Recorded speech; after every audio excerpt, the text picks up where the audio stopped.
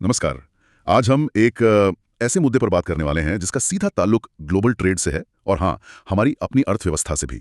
हमारे पास कुछ रिपोर्ट्स और आर्टिकल्स हैं जो अमेरिका ने हाल ही में भारतीय इंपोर्ट्स पर जो भारी टैरिफ लगाए हैं, उस पर काफ़ी रोशनी डालते हैं। तो चलिए, इस जानकारी को ज़रा खोल कर देखते हैं, समझने की कोशिश करते हैं कि भाई ये सब हो क्यों रहा है, इसका असर क्या है और भारत इस पर कैसे रिएक्ट कर रहा है। आज का हमारा मकसद यही है कि इन स्रोतों के आधार पर इस पूरी सिचुएशन को ठीक से समझें। तो सबसे पहले जो मेन खबर है, अमेरिका ने अचानक से ही भारत से आने वाले कई सामानों पर 50% का एक्स्ट्रा टैरिफ लगा दिया है। 50%? ये तो बहुत बड़ा आंकड़ा है। हाँ बिल्कुल, ये बहुत बड़ा कदम है। और दिलचस्प बात यह है कि ये टैरिफ मतलब बहुत सोच समझकर कुछ खास भारतीय इंडस्ट्रीज को निशाना बनाकर लगाए गए हैं।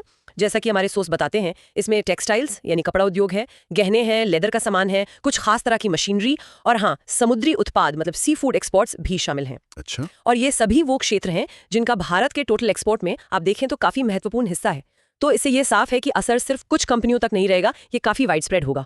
क्या और इसमें एक बात और है शायद एक्सपर्ट स्पीकर कि इनमें से कई सेक्टर लेबर इंटेंसिव हैं, मतलब रोजगार बहुत देते हैं। बिल्कुल सही कहा आपने। टेक्सटाइल, लेदर, ये सब बहुत लोगों को रोजगार देते हैं। तो इसका असर सिर्फ ट्रेड के आंकड़ों पर नहीं, जॉब्स पर भी पड़ने का खतरा है। अब ये सवाल उठता है कि अमेरिका ने इतना बड़ा इतना कड़ा कदम उठाया क्यों? क्या वजह बताई है उन्होंने?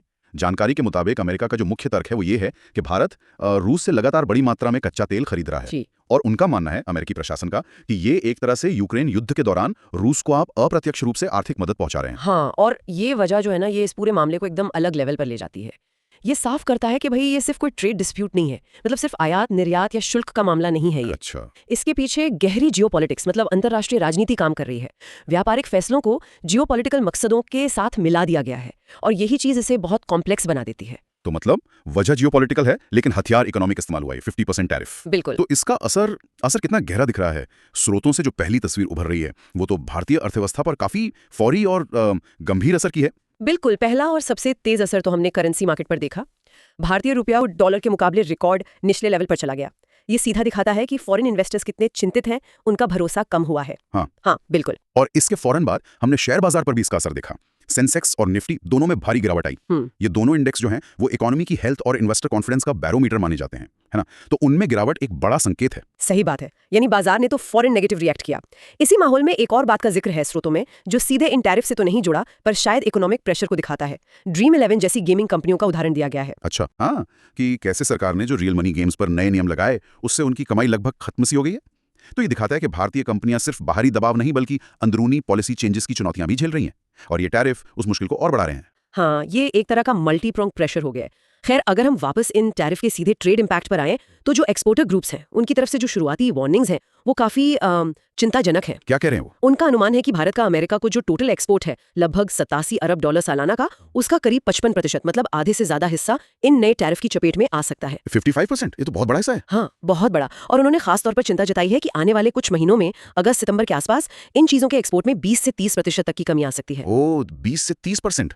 ये तो मतलब फेस्टिव सीजन से ठीक पहले एक बहुत बड़ा झटका हो सकता है एक्सपोर्टर्स के लिए। बिल्कुल, ये किसी भी इंडस्ट्री के लिए बहुत बड़ी गिरावट है। तो अगर इसका असर पूरी इकोनॉमी पर देखें, पूरी अर्थव्यवस्था पर, तो क्या अनुमान लगाया जा रहा है? देखिए, जो शुरुआती आकलन है सोर्सेज में, उनके मुताबिक इस पूरे टैरिफ विवाद और इसके असर की वजह से भारत की जो इकोनॉमिक ग्रोथ रेट है, जीडीपी ग्रोथ रेट, उसमें 0.8% पॉइंट्स तक की कमी आ सकती है। 0.8%? जी, आज के माहौल में जहां हर देश ग्रोथ के लिए संघर्ष कर रहा है, वहां 0.8% की गिरावट इकोनॉमी के लिए एक, आप कह सकते हैं, महत्वपूर्ण और गंभीर चुनौती है। हाँ, ये तो काफी सीरियस बात है। ये दिखाता है कि मामला सिर्फ कुछ एक्सपोर्टर्स तक सीमित नहीं है बल्कि पूरी नेशनल इकोनॉमी पर असर डाल सकता है। बिल्कुल। तो जाहिर है, इतना बड़ा झटका जब लगा है तो भारत चुप तो नहीं बैठा होगा।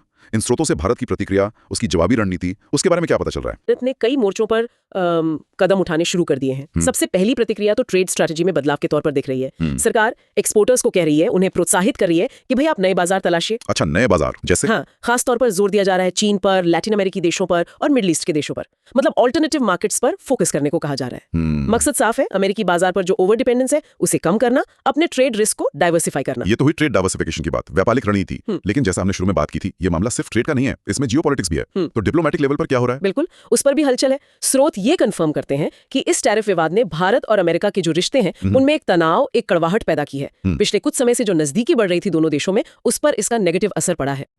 और इसके साथ ही एक और अहम बात सामने आई है।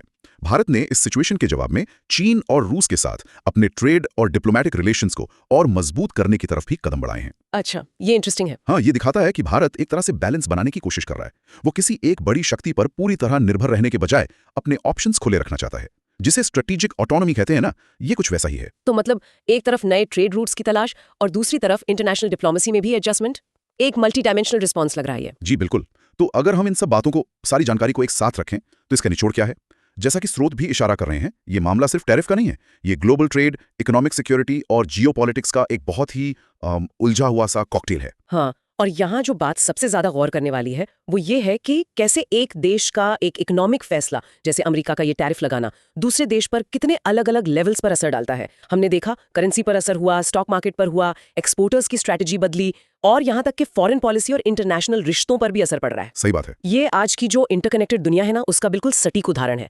कोई भी देश अलग थलग नहीं रह सकता। और अमेरिका ने जो वजह दी है भारत का रूस से तेल खरीदना, वो इसे और भी ज्यादा पेचीदा बना देती है, क्योंकि ये सीधे सीधे ट्रेड को इंटरनेशनल पॉलिटिक्स, आइडियोलॉजी और यहाँ तक कि वॉर से जोड़ देता है। बिल्कुल। ये शायद भविष्य के लिए भी एक संकेत हो सकता है कि कैसे ट्रेड सैंक्शंस या टैरिफ का इस्तेमाल एक हथियार की तरह जियोपॉलिटिकल लक्ष्यों के लिए किया जा सकता है। हाँ, ये एक ट्रेंड बन सकता है। तो आज हमने इन स्रोतों के जरिए भारत अमेरिका के बीच जो ये नया टैरिफ वाला टकराव उभरा है, उसकी अलग अलग परतों को समझने की कोशिश की। हमने देखा कि कारण क्या बताए जा रहे हैं, फौरी असर क्या है और भारत कैसे रिएक्ट कर रहा है। ये साफ है कि ये सिचुएशन अभी इवॉल्व हो रही है, आगे और भी कुछ हो सकता है। जी बिल्कुल। और ये पूरी स्थिति एक बहुत महत्वपूर्ण सवाल हमारे सामने रखती है कि भविष्य में जब देशों के इकोनॉमिक इंटरेस्ट और जियोपॉलिटिकल मजबूरियां या महत्वाकांक्षाएं इस तरह से टकराएंगी, तो ग्लोबल ट्रेड के नियम किस तरफ जाएंगे?